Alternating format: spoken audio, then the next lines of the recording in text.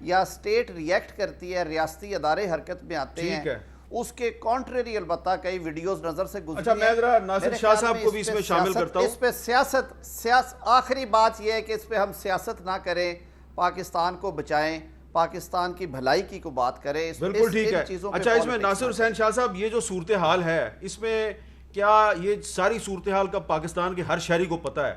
تو اس صورتحال کو ایوائڈ کرنا, اس پہ بات نہ کرنا اور ٹی وی سکرینز پر اس کو جو تنظیم یہ کام کر رہی ہے اس کا نام نہ لینا اور لوگوں کو نہ بتانا کیا ہو رہا ہے, حالانکہ سوشل میڈیا کے ذریعے لوگوں کو سب پتہ ہے, کیا یہ مسئلے کا حل ہے؟ 2017 میں بھی یہی صورتحال تھی جب تمام ٹی وی چینلز کو بند کر دیا تھا اس وقت کی حکومت نے, تو صورتحال ٹھیک نہیں ہوئی. پھر سپریم کورٹ نے ایک فیصلہ دیا, اس پہ عمل درآمد نہیں ہوا. آج پھر وہی صورتحال ہے اور آج پھر جو ہے وہ توقع یہ کی جا رہی ہے کہ میڈیا جو ہے اس پر بات نہ کرے تو مسئلہ حل ہو جائے گا.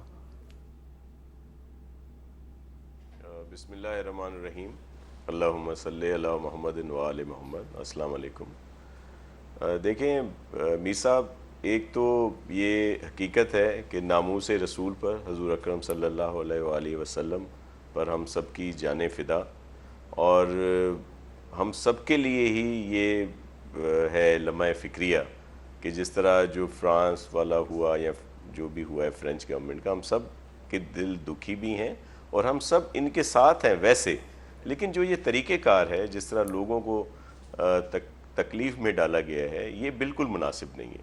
ایک تو وفاقی حکومت کی نااہلی ہے کہ جس طرح انہوں نے وعدے کیے لکھ کر دے دیا, اور پھر جو یا تو ایسی چیز کرنی نہیں چاہیے, حامی نہیں بھرنی چاہیے جس پر عمل نہ ہو, اور پھر جب یہ کیا تو پھر اس کے لیے کوئی آگے بات کرتے یا ان سے پھر گفت و شنید بڑھاتے, ان کو قائل کرتے کہ بھائی یہ اس میں یہ ایشوز ہیں یا جو بھی یہ چاہتے ہیں.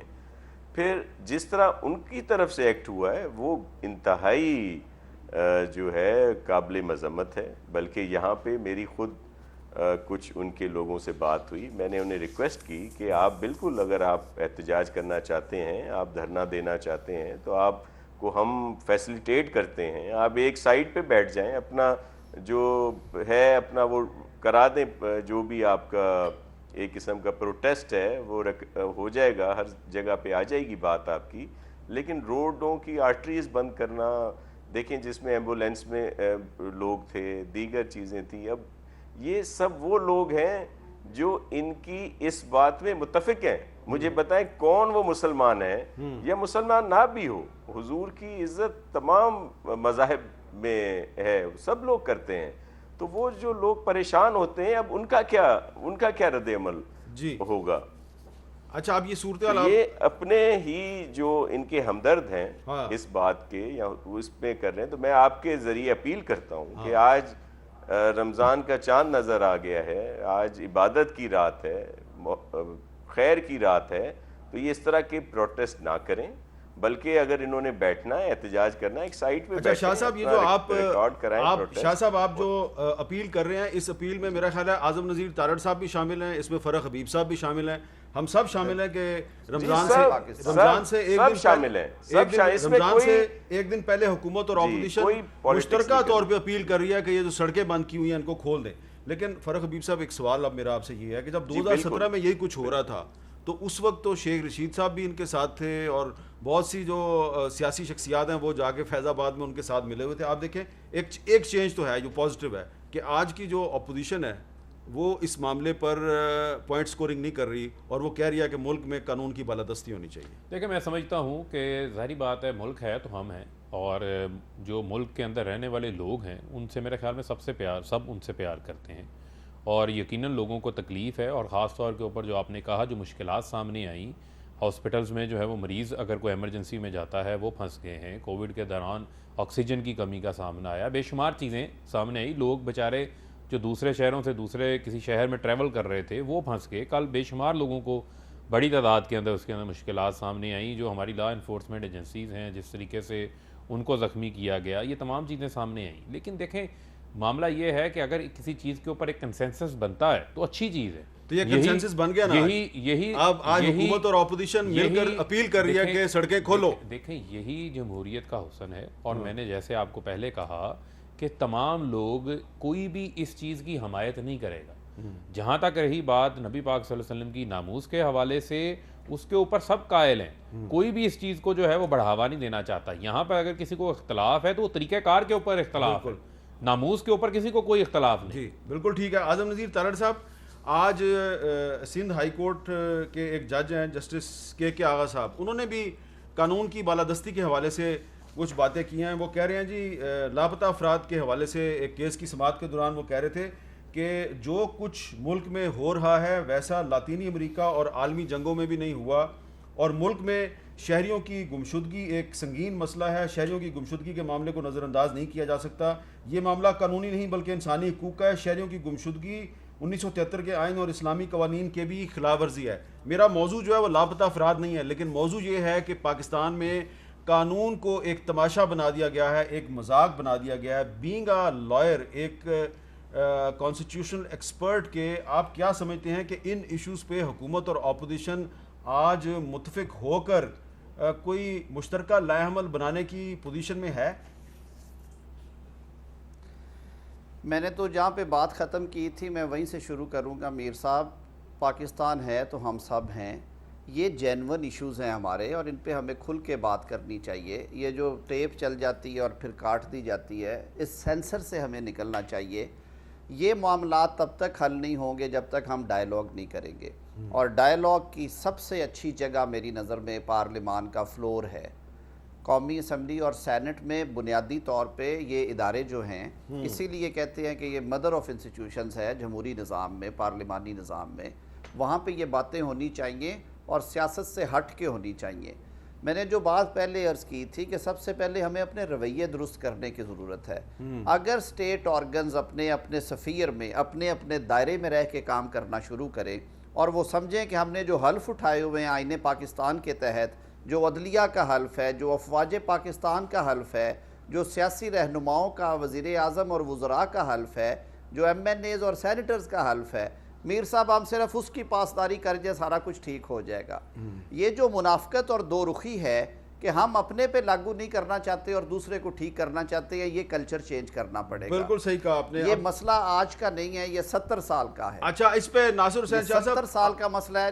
ناصر شاہ صاحب آپ سے میرا ایک سوال ہے، ذرا تھوڑا سا مختلف ہے. آپ کہ حکومت اور اپوزیشن میں تو ڈائلاگ ہونا چاہیے ان ایشوز پہ، لیکن اپوزیشن اور اپوزیشن کے درمیان بھی اب ڈائلاگ کی ضرورت محسوس کی جا رہی ہے. آج مولانا فضل الرحمان صاحب نے کہا ہے کہ پیپلز پارٹی اور اے این پی جو ہے وہ دوبارہ پی ڈی ایم سے رجوع کرے. تو کیا اپوزیشن کا اپوزیشن سے ڈائلاگ اب ہو سکتا ہے یا یہ بھی اب نہیں ہوگا؟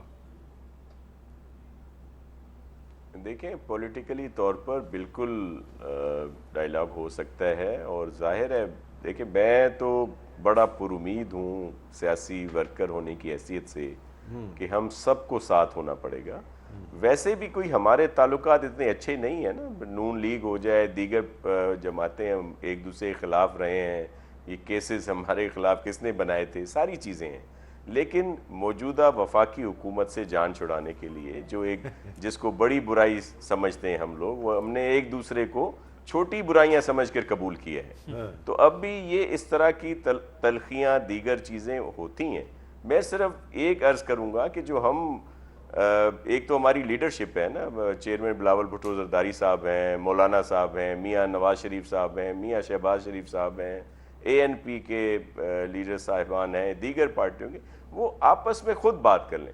یہ جو ہم لوگ شروع ہوتے ہیں تو ہمیں مناسب نہیں ہے کہ ہم کسی کی لیڈرشپ پہ بات کریں. مثال آج جو مولانا صاحب کا جو بھی ایک آدھ جملہ جو آ رہا ہے وہ قابل مذمت ہے. انہوں نے کہا کہ ہمیں امید نہیں تھی کہ یہ باپ کو باپ بنائیں گے. وہ بی اے پی کے انہوں نے کہا، بی اے پی کو کہا. دیکھیں اس پہ بہت ساری بات کی جا سکتی ہے، لیکن میں پھر بھی ان کا ایک ادب کرتے ہوئے، احترام کرتے ہوئے اس پر کوئی کمنٹ نہیں کرنا چاہتا. میں ایک ورکر ہوں اپنی پارٹی کا. لیڈر آپس میں بات کر لیں نا. یہی بات مولانا صاحب فون کر لیں، بات نہیں کرتے کہ چیئرمین صاحب سے، ہمارے پریزیڈنٹ آصف علی زرداری صاحب سے، یا خان صاحب سے جو اے این پی کے ہیں، تو آپس میں یہ بات کر سکتے ہیں. ہمیں ایک دوسرے کی تلخیاں نہیں بڑھانی ہیں. جواب ہم دیتے ہیں وہ اس وجہ سے کہ میڈیا پہ آتے ہیں. میر صاحب آپ نے ابھی جو پہلا آپ کا سوال تھا کہ کیا یہ چیز میڈیا پہ نہیں آنی چاہیے جو ہو رہی ہے، تو سر بالکل آنی چاہیے. آپ دیکھیں کل یہ نہ آیا نیشنل میڈیا پہ تو لوگوں کو کتنی تکلیف ہوئی، پتہ ہی نہیں تھا روڈ بند ہیں. لوگ اپنا خیال کرتے، احتیاط کرتے، کہیں پہ نہیں چل رہا تھا.